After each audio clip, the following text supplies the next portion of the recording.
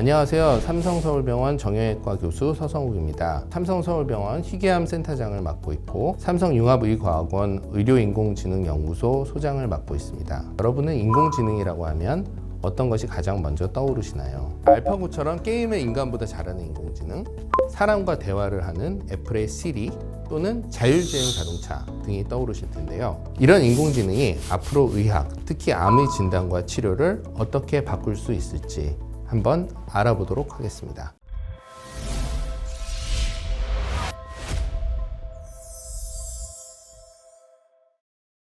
과연 암 환자 한 분에게서 나오는 데이터는 얼마나 될까요? 우선 영상검사로 MRI, 엑스레이를 찍겠죠. 혈액검사에는 암 표지자 검사, 백혈구, 적혈구, 간 기능 검사를 하겠죠. 조직 검사를 시행하면 병리검사, 특수염색검사, 환자의 성별, 나이, 식습관에 관한 설문지, 최근에는 암세포의 유전자 검사를까지 시행을 하는 경우가 많습니다. 그리고 치료에 들어가면 수술적 치료, 항암 치료, 방사선 치료는 어떻게 하고 그 결과는 어떤지에 대한 자료가 추가됩니다. 그 외에도 좀 더 자세히 살펴보면 병원에는 의사의 진료 기록, 간호 기록지 등 대량의 텍스트 자료까지 존재합니다.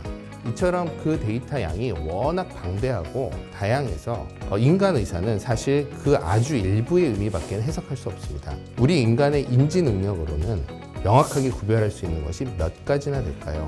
대개 잘 구별해야 4가지에서 5가지 정도라고 합니다. 암의 예후는 대개 4단계로 나누죠. 1기, 2기, 3기, 4기. 그런데 실제로 암이 4단계밖에 없을까요? 한의학에서도 사상의학 있잖아요. 사람들을 4가지로 구분하는 건데 실제로 사람이 4가지 부류일까요? 인간이 구별할 수 있는 것은 이처럼 한 4가지 정도입니다. 사실은 더 다양하게 나눌 수 있겠지만 의사들 간의 객관적인 의사소통을 위해서는 더 구별하는 것은 의미가 없습니다. 하지만 인공지능은 인간의 인지 능력을 넘어서는 더 다양하고 많은 양의 정보를 분석할 수 있고 이 정보를 토대로 환자를 더 다양하게 분류할 수 있습니다. 이를 잘 이용해서 환자 개개인의 최적화된 치료를 한다면 모든 환자가 만족하는 결과를 얻을 수도 있을 것입니다. 이를 개인 맞춤형 치료라고 하는데 이에는 빅데이터와 인공지능이 아주 큰 역할을 하고 있습니다.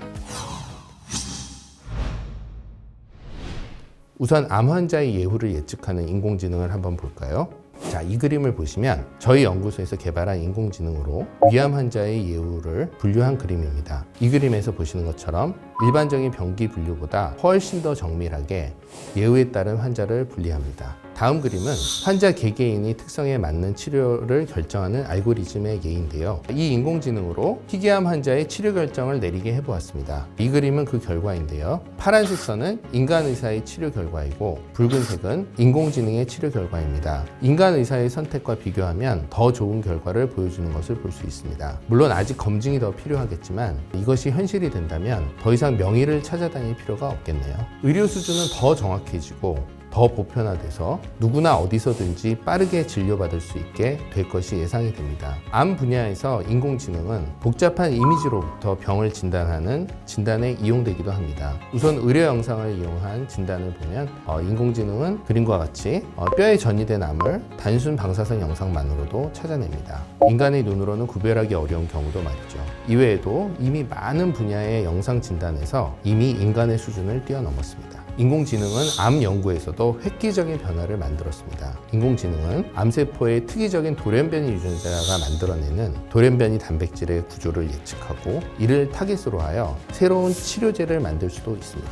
국제학술지 사이언스가 2021년 한 해 동안 가장 우수했던 과학계 성과로 인공지능에 의한 단백질 구조 해독을 뽑았습니다. 이 인공지능을 이용하면 수시간 안에 암세포가 만들어내는 돌연변이 유전자의 구조를 예측할 수 있고 이를 이용해서 수년에서 수십 년이 걸리는 치료제를 보다 빨리 만들 수 있을 것으로 기대됩니다. 저희 연구소에서도 로제타 폴더라는 인공지능을 이용해서 육종암에서 발견되는 돌연변이 유전자의 구조를 예측하고 이에 대한 항체를 제작하고 있습니다. 다음 그림을 보시면 우측 그림은 저희가 예측한 돌연변이 단백질의 구조이고 좌측 그림은 여기에 붙을 것으로 예상되는 항체 약물의 3차 구조입니다.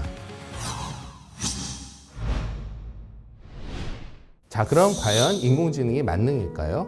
인공지능은 시각 정보에 의한 진단과 암 연구 분야에도 획기적인 변화를 만들어 새로운 역사를 만들어 가지만 이러한 인공지능에도 치명적인 단점은 존재합니다. 첫 번째로 데이터에 취약하다는 점인데요. 인공지능은 자신이 경험한 데이터를 그대로 받아들이기 때문에 틀린 데이터나 편향된 데이터를 학습하면 인공지능이 편견을 갖게 된다는 점이 있습니다. 누군가가 일부러 악성 데이터를 넣어주게 된다면 인공지능 시스템 전체를 망가뜨릴 수도 있습니다. 그래서 인공지능 의료기기는 지속적으로 점검하고 관리를 해야 합니다. 두 번째로 설명 가능성의 문제인데요. 워낙 복잡한 연산으로 이루어지다 보니까 어떻게 그런 결과가 나왔는지 설명하기 어려운 경우가 많습니다. 이 문제를 해결하기 위해서 인공지능 개발자들은 여러 가지 다양한 연구들을 진행하고 있습니다. 세 번째 문제는 불확실성의 문제입니다. 우리가 인공지능의 결정을 신뢰하려면 인공지능이 내린 결정이 얼마나 신뢰할 만한지 알아야 합니다. 예를 들어 좋은 데이터를 많이 학습한 인공지능의 결정과 매우 적은 데이터나 편향된 데이터를 학습한 인공지능의 신뢰도는 다를 수밖에 없습니다. 그리고 아무리 뛰어난 인공지능이라도 처음 경험한 유형의 환자라면 그 답변이 틀릴 수 있습니다. 그러므로 인공지능은 모든 답변에 대해서 그 답변이 얼마나 불확실한지 신뢰 구간을 알려주는 것이 중요합니다. 자, 오늘은 인공지능이 암치료에 미치는 영향에 대해서 알아봤는데요. 인공지능은 인간의 능력을 뛰어넘을 수 있는 좋은 기술이지만 이 기술을 악용할 수 없게 철저한 관리와 통제가 필요할 것으로 보입니다. 암에 강하게 굳건하게 맞서는 암스트롱 서성욱이었습니다. 여러분 모두가 암의 위험에서 멀어지는 그날까지 암스트롱은 계속됩니다. 감사합니다.